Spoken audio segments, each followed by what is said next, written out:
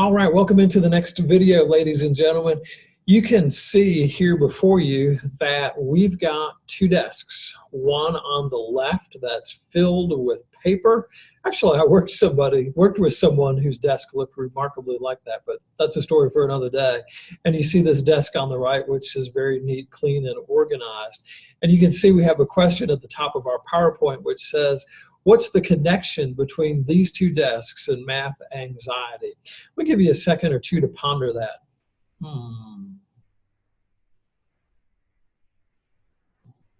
Well, I'm sure you are probably somewhere on the track of, well, gosh, if these desks represent our brains, and this desk here that's filled with all this paper represents the desk with math anxiety, we're in big trouble. And that's exactly what these two desks represent. These desks are like the working memory of our brains. And so at this desk, we're filled with all this clutter, maybe from the second grade when we didn't learn our multiplication tables, maybe when this math teacher told us when we were stupid, maybe when we started algebra we realized we couldn't get it, maybe when we took geometry and we were having a bad time with it. All these things, all our beliefs, all our anxiety about math are here lumped on this desk, while this desk over here shows our brains ready to learn. This is like the working memory of our brains. And if we have this working memory with nothing there except our problem-solving ability, we're going to be successful with solving that math problem. If instead our working memory is cluttered with all this stuff, all this anxiety, all this bad feelings about math, it's going to make us awfully, awfully hard to learn math. So that's really what the connection is here between these desks and math anxiety. There's a slappy statistic here. 30% of students, that's like 1 out of every 3, feel helplessness when doing math problems. Ugh. And I guess if you look closely at this picture here, we see a face of someone here. Wait a minute, that's my face. How did that get on there? Well, for a lot of my career in math, I felt like that student and felt helplessness when doing math problems. And we'll talk more about that in a minute. But remember that statistics, 1 out of the 3 students sitting in your classroom feel helplessness when doing math problems. So that is a shocking statistic, but very, very true. So what causes math anxiety anyway? Well, some research that I've read has talked about the Mr. Johnson effect, or if you would prefer, Mrs. Johnson there. You may have had these math teachers who were sticklers for whatever, and the only manipulative that they used in class was a ruler. So these folks who do it my way, these folks are, you're dumb, you're stupid, you can't get it, stay in our brains. We may have moved out of their classrooms, but the effect that they had on us remains. So having these teachers like Mr. or Mrs. Johnson, who are these mean teachers who expect you to do it in a certain way, can definitely cause us anxiety. I've also read about the times where maybe dad tried to help you with your math homework and yelled at you because you couldn't get it right the first time. Those things can play a role as well. One thing that I like to do with students is called the math autobiography. And they can write this or they can draw pictures. I like the drawing part better. They can draw pictures to represent various things. But the key point that you want to do in the math autobiography is really indicate points at which your beliefs about math changed. You felt confident in math and then you felt less confident, or vice versa. You maybe had a teacher a year where everything went great and your belief in your ability to do math increased. And I think that's good. If we can isolate those points where that happened, we can start to deal with those problems and realize, hey, I'm not the same person I was in the second grade.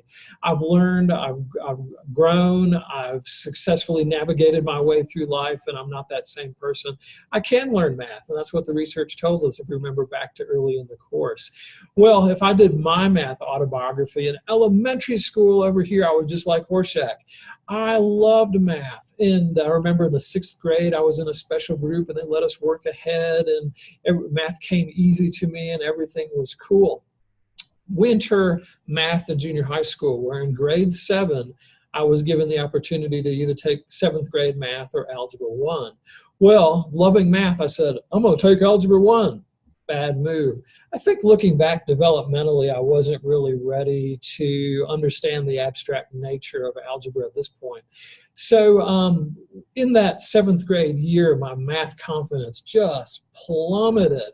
I never really understood what was going on. I did poorly. I never asked for help because I was too shy to do that.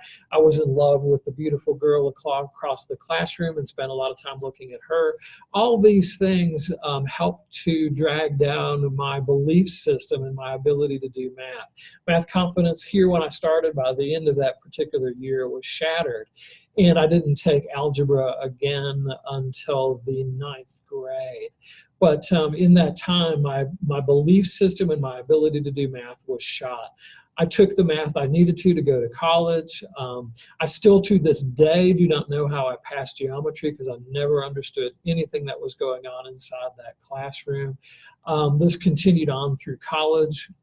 At that fine liberal arts college I attended, they made you take several math courses, and I took calculus and probability and statistics. And the first time I took prop stats, I got a funny looking grade that kind of looked like that, and didn't do so well. Ended up taking it again. But that was really one changing point then when I retook probability and statistics. I taught it to myself immediately after class, and I gained some confidence that I could learn math. I just really didn't understand what was going on in class, but I could teach it to myself if I reviewed it later on.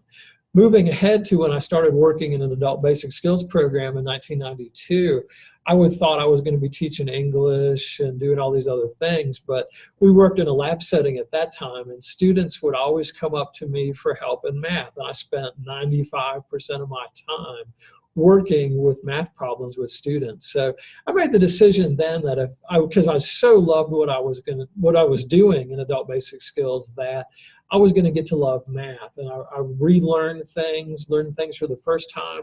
My struggles in math really helped me become a better teacher because I could see that look where the student was nervous or the student, I was obvious they didn't get what I was talking about. I really worked hard on instilling and building their confidence skills. So actually I came to love math, and I became our go-to math guy in the program. I taught Algebra 2. I was really, really excited about math and remain so to this day. So another cause of math anxiety is the abstract nature of teaching math. Looking back to my grade 7 experience, it was all very abstract, X and Y and blah, blah, blah, and we do this and we do that. If it had been taught to me more concretely, I think I would have been far more successful. So we've preached on this several times. But if we can help students understand math at the concrete level, they're going to be in really, really good shape. Teaching abstractly instead leads to confusion and helps to lead to anxiety because not many people can get it if it's only taught at the abstract nature. As you read further down in this lesson, you'll see a couple of great tools that'll also help your students. Try the math autobiography. Have students write or draw pictures, a little cartoon, see if they can isolate those change points. Math Bill of Rights is a great document. Give that out to your students. Talk about it. Go through everything. So you'll probably get some students sharing some stories about things. That's a great tool that I love. Certainly use that. We've got an easy copy for you to download for that. Be a better math teacher with 2 questions as well.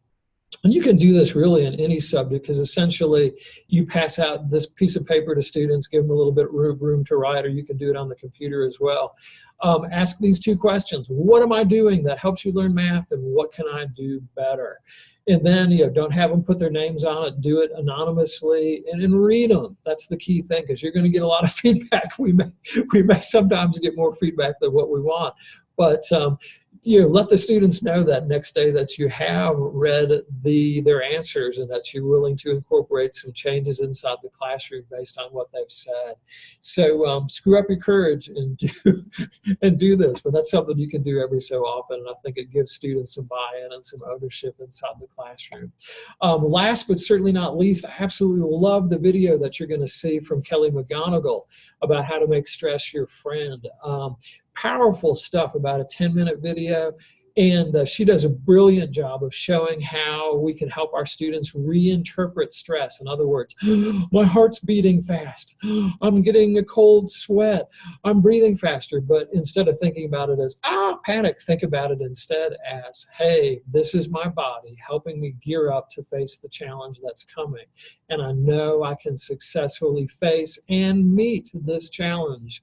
So that was one way. And she also talks about building community, where if we're able to share those stressors with those around us, our fellow classmates, that really helps as well. And that gives us the strength that we need to face those difficult situations. So a lot of great things in this chapter. I always believed when working with students that once we won the battle for their hearts, in other words, giving them that belief that they could learn math and be successful, their minds would follow. Until we reached that point, teaching them was going to be a big challenge. But once they believed inside their heart of hearts that they could be successful with learning math, we've got them, they're going to be successful, and they'll learn anything that you teach them well. So I hope that you'll find this video on math anxiety, or reinterpreting stress in the section on math anxiety, to be a great help. And remember, we don't need to be anxious. We can do this. We can get this. Our students can be successful. And so I wish you well as you implement these techniques inside your classroom.